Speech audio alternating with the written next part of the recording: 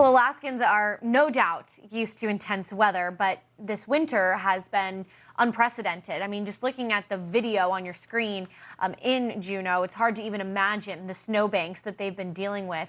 It was a record snowy December, followed by this flood and avalanche risk that's actually prompted many residents from the Juneau area to evacuate.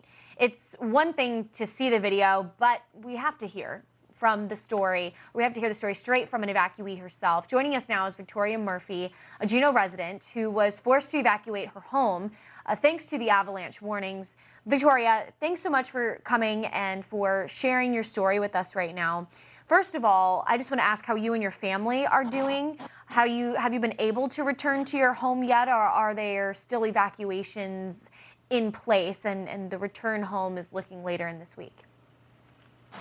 We're doing good, thank you. We did have to evacuate for 2 days, and we are thankfully home. A lot of our neighbors are home, but it was definitely a crazy time. Yeah, I mean, it looks intense just even with the background. You've got a big window behind you and the snow is almost up to your head. What would you estimate right now the snow depth is in your general area?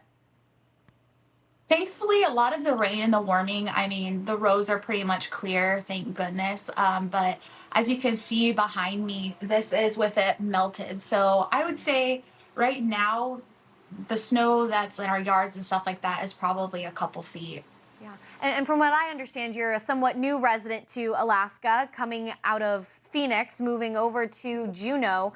Can you take us through that first moment when you learned that you needed to evacuate? I mean, it may not have been something you've ever had to do with your family before, especially with a big snow event and avalanche danger. Yeah, I've definitely never experienced anything like this. I work in surgery. I was actually scrubbed in. Somebody came in and said, the evacuation's happening.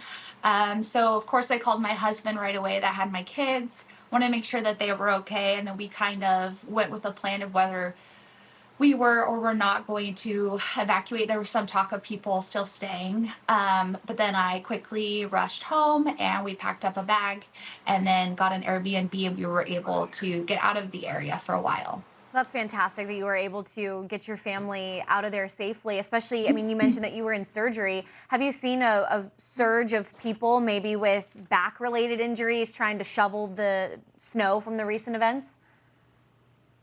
Not yet. I'm sure that will be to come. But we have seen some injuries with snow blowers and injuries of people trying to clear their snow. So coming from Arizona, I mean, it could not be a more opposite side of the country that you're on right now. Did you expect this kind of snow? I mean, what was your idea of an Alaskan winter? Yes, I did expect. I kept telling everybody I really hope we have a white winter. And then people are messaging me telling me take it back, no more. I was really hoping for that white winter, and we definitely got it. But people asked us, why are you moving? Why are you moving to Alaska? And I would say, oh well, Juneau's not that bad. And then of course this year we were pleasantly surprised. Oh, I see your little one in the corner there too. How has he been liking all the snow? They've been loving it. We've had lots of fun playing, making snow cones and stuff like that. But then definitely when the snows were really heavy, it was kind of that feeling of we've been inside. It was kind of dangerous to go anywhere for a couple days. So started to get that cabin fever. So I can imagine. we've turned our couch into a trampoline and we are surviving. Yeah, all the things that you can do to try and keep yourself busy. Being a new resident in Juneau, I'm curious to hear your perspective on just the community spirit and folks coming together to just get through this crazy winter season. I understand that your husband does some tow truck driving as well. Has he had to pull any of your neighbors out recently? Yes, he has been so busy since all of this. I tell him all the time there's a certain point you're going to have to stop because of the recoveries, people stuck, people trying to get places. It's definitely been a challenge for him. but at the same time, the community has just been so amazing. Even when we were trying to evacuate, we had a couple options, but nothing that would really fit for our family specifically. I reached out to an Airbnb host, and they were full at the moment.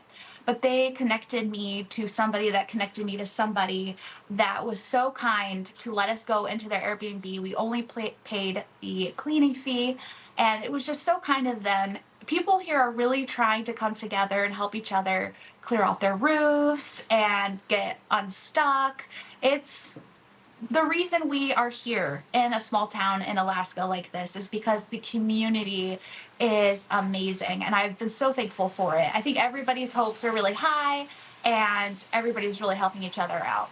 Yeah, I mean, it's been incredible to hear stories from folks all across Alaska that we've been interviewing over the last week.